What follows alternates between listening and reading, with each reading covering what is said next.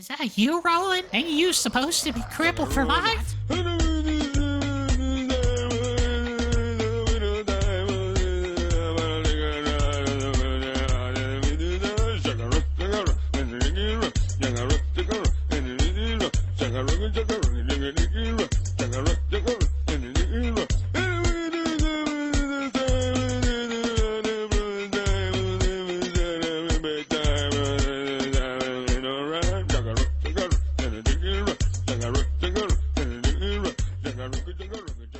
If you've played Daymare 1998 and happen to enjoy it, this video might not be your cup of tea. So if that's the case, I'll give you 3 seconds to click away because I'll be delving into why I thoroughly dislike this game.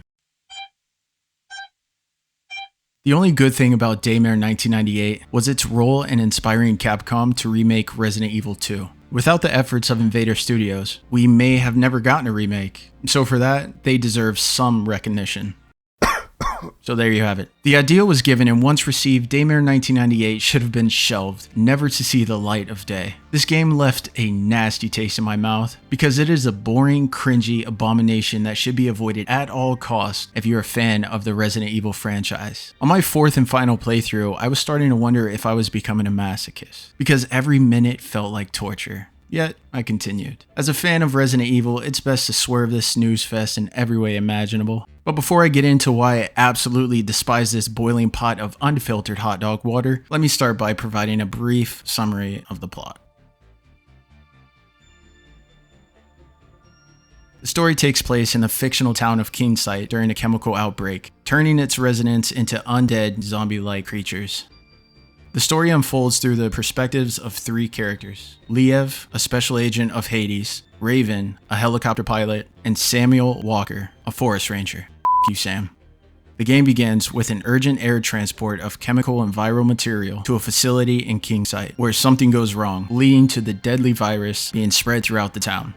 Agent Liev is sent to retrieve and secure the samples of chemical and viral agents produced by Hexacore for military use. Upon entering the facility, he finds that it suffered a chemical outbreak caused internally by someone trying to steal the castor gas samples. After an altercation with Sandman, Liev breaks a vial of Pollux, leading to further complications. Meanwhile, Sam, who suffers from a condition known as Daymare syndrome, seeks revenge after witnessing Sandman murder his wife. The game also reveals Sandman's motivations and his involvement in the Kingsight incident. The story concludes with revelations surrounding the main characters and their fates, leaving the narrative open for interpretation. So that's the quick rundown of the story, but for now, let's see what this cheap knockoff has in store for us.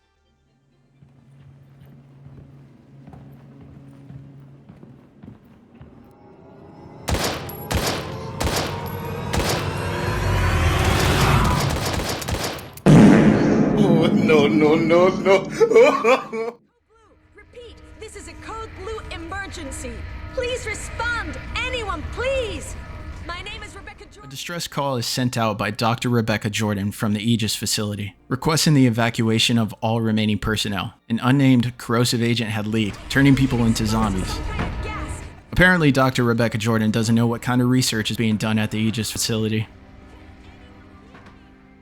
The security breach caused the facility to initiate a lockdown and quarantine procedure. Hexacore HQ received the transmission and sent out a team of agents to retrieve a sample of the experimental gas. It's August 19th, 1998 at 04:27 p.m. There's no need for AM and PM when using military time. That's the whole reason it's used, to avoid confusion between AM and PM. Also, if it is 04:27, then it would be AM, so good job there. Also, HQ gives the mission a go at 02:27, when the subtitles clearly say 04:27. Echo Golf 394 at time 0227 Zulu. Out.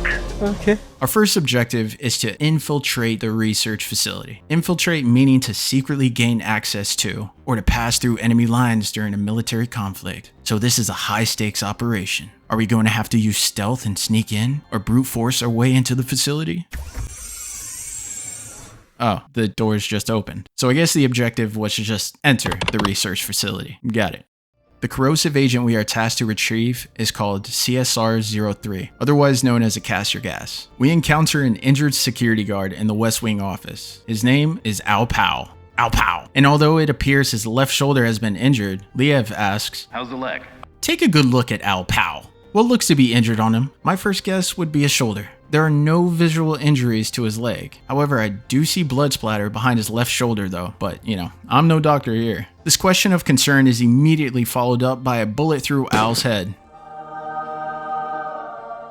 I can't lie, I was caught off guard when the game prompted me to equip our weapon, aim, and shoot. I tried to turn and walk away, I swear. Until I realized I couldn't until I shot and killed Al. Poor Al. Ow pow. Unfortunately for Al, our orders are to get rid of any and all evidence of the research that was conducted down here, and that's including the witnesses. We make our way to the control room, restore the power manually, and head back to attach the gas canisters. We send the platform of canisters up and proceed to our next objective, to find our way into the laboratory.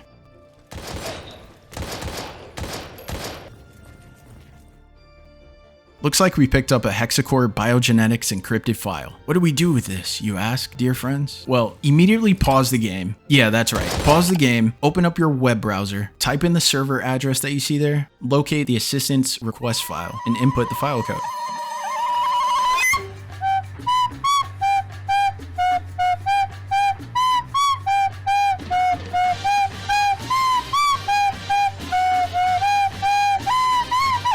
Yeah, no, so this is the best way to pull a player out of the gaming experience with little to no reward.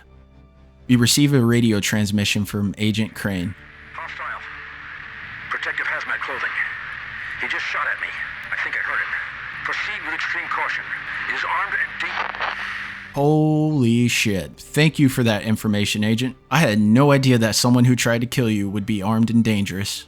We passed through some sort of security checkpoint. The security gates automatically close, as if they detected us in possession of the viral sample. Unfortunately, the gates won't open until we deposit the sample into the security box. This is when the game asks us the most pointless rhetorical question. Will you leave the Pollux behind? Asking the player if they want to do something when it's the only way to progress in the game is like asking someone if the sky is blue. Yeah, so of course we do. And it was here where I felt my blood start to boil. You need to know the Greek alphabet to solve this puzzle, or at least have an idea of it. I did not even entertain the idea of looking up the actual answers. I skipped this puzzle faster than a speeding ticket.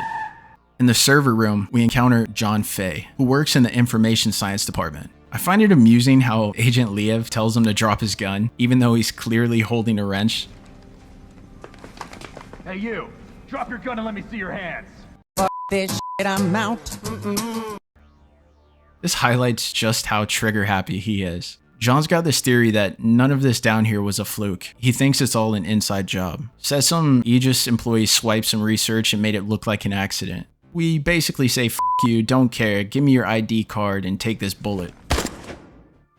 We begin the purification process and then head back up to the main lobby using the elevator and wait there until it's time for extraction. We've got some time to kill, thanks to the system locking all the doors during the decontamination process. And let me tell you, we haven't even finished the first chapter and I'm already about to lose it. The whole point of a purification process was to wipe all traces of research and evidence clean, right? But then, out of nowhere, we hear this system alert. Warning. Evacuation sequence activated. Evacuation sequence, as in leaving the facility as a precautionary measure. So why the f would you lock the doors? The doors finally open up and we head for the chopper.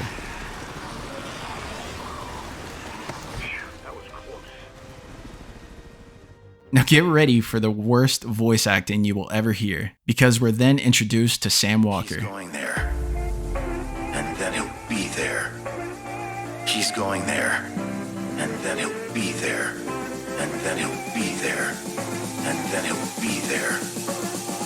He's going there, and then he'll be there. Riding me like a donkey. And then he'll be there. Riding me like a donkey. And then he'll be there. Riding me like a donkey.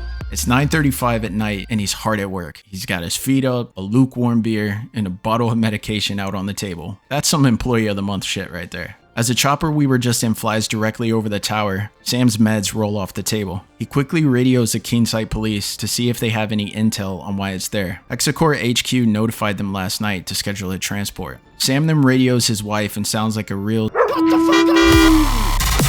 I'm so fucking stupid." God, I hate Sam. He tells her that he can't find his meds, but reassures her that he'll manage to get through the night without them.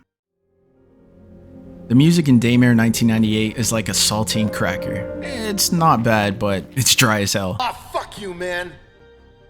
At the top of the screen, there's an indicator letting us know how much time we have left before the gas mask gives out. We need to find a way into the Blair Fish building, and fast because the clock is ticking. Although I was curious to see how long we actually have, and I have the answer for you.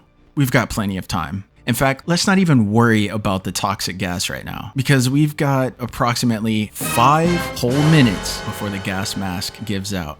What makes this even funnier is that it only takes about 45 seconds to reach a house where, once inside, the timer is reset.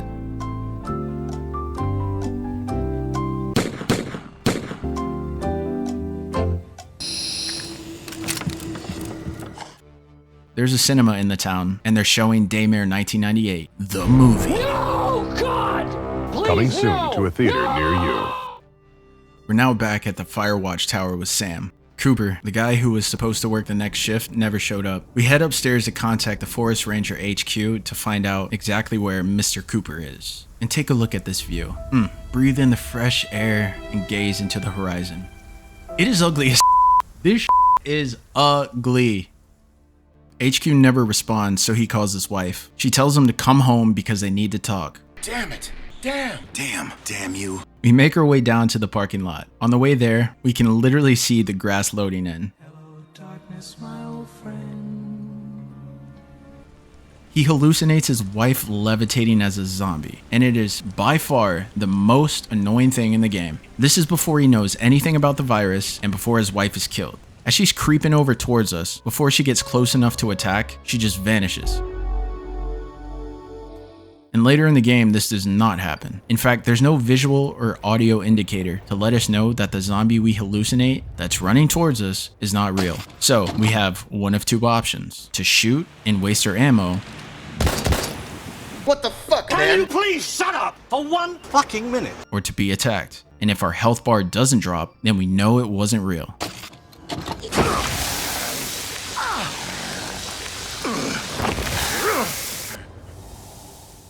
Also, why is he hallucinating something he knows is real and not only happening to him, but to everyone else in the town? It's bullshit. It's all bullshit. Gotcha, bitch! He was at his house where he had more of his medication to help him with this. He only takes one pill and then leaves the rest behind. Why not take the bottle with you, you idiot? The voice acting and everything he says is so cringy, it physically hurts. I hope for your sake that son of a bitch is really in there. Cause if he ain't, and you're riding me like a donkey, I'm gonna tear you a new one. What did he say? All right, I'll do it. Fucking fruitcake. What do you mean by that? Oh no. Brad! Oh! His purpose in this game is meaningless. You could literally delete him from the story and it would not affect the narrative in any way. Actually, if anything, removing him would have made the game more enjoyable. Just look at yourself. You're nothing but a frightened lab rat. Shut up! Upon arriving home, he asks, Why are the lights off? You didn't leave the generator all on all night, did you? well, good sir, you left work around 1 p.m. and you arrived home the same day around 9, give or take. We later overhear from Sandman's DID the radio transmission between Liev and HQ to rendezvous at the Sacred Heart Hospital at 10:30 p.m. If she left the generator on and it did run out of gas, he would be referring to the previous night. That would mean she had an entire day to refuel the generator before she would need to use it again. We need to activate the generator. All we have to do is go to a shack that's behind the house and hit a button. There's nothing more, nothing less. This objective is such a joke. Essentially, it exists to give the player something to do before the game hits us with 3 cutscenes.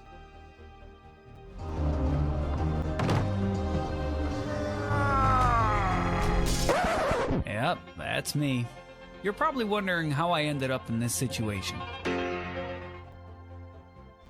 Delta 4RG-0 pilots have betrayed the company. Attempt to steal samples recovered from Aegis during the flight. Following this conduct, I had to kill Major Sandman, while the second pilot Raven is to be considered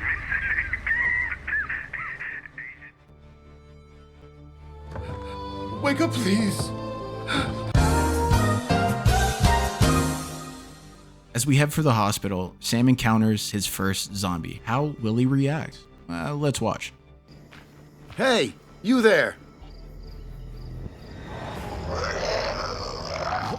What? Is that you, Roland? Ain't you supposed to be crippled for life? Hey yo, this zombie is bald, missing half his face, wearing a hospital gown, and walking on both legs. But no, that just has to be crippled Roland, huh, Sam? What gave it away?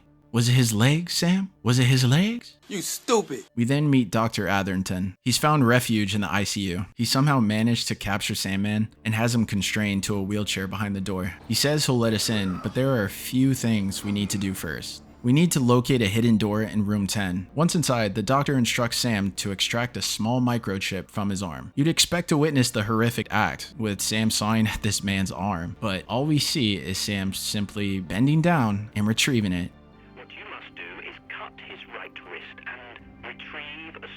Microchip implanted beneath the epidermis. Extraordinary here! In the third round in the garden! What happens next? Wow, a lot of effort went into that. Man, I could use a drink. Buddy, you ain't the only one. Major, I'm on the roof of the dam. The Citadel's been overrun. I repeat, the Citadel's been overrun. The whole situation's foobar. No survivors. Hold on. No. Raven, respond, goddammit. Shit, I'm running out of time. So, you made it this far. I'm surprised you made it this far. I'm coming for you, fucker. We'll meet real soon, you and I. You're not that guy, pal. Trust me. You're not that guy. He's going there. And then he'll be there. He's going there. And then he'll be there. And then he'll be there. And then he'll be there. He's going there. And then he'll be there. Riding me like a donkey. And then he'll be there. Riding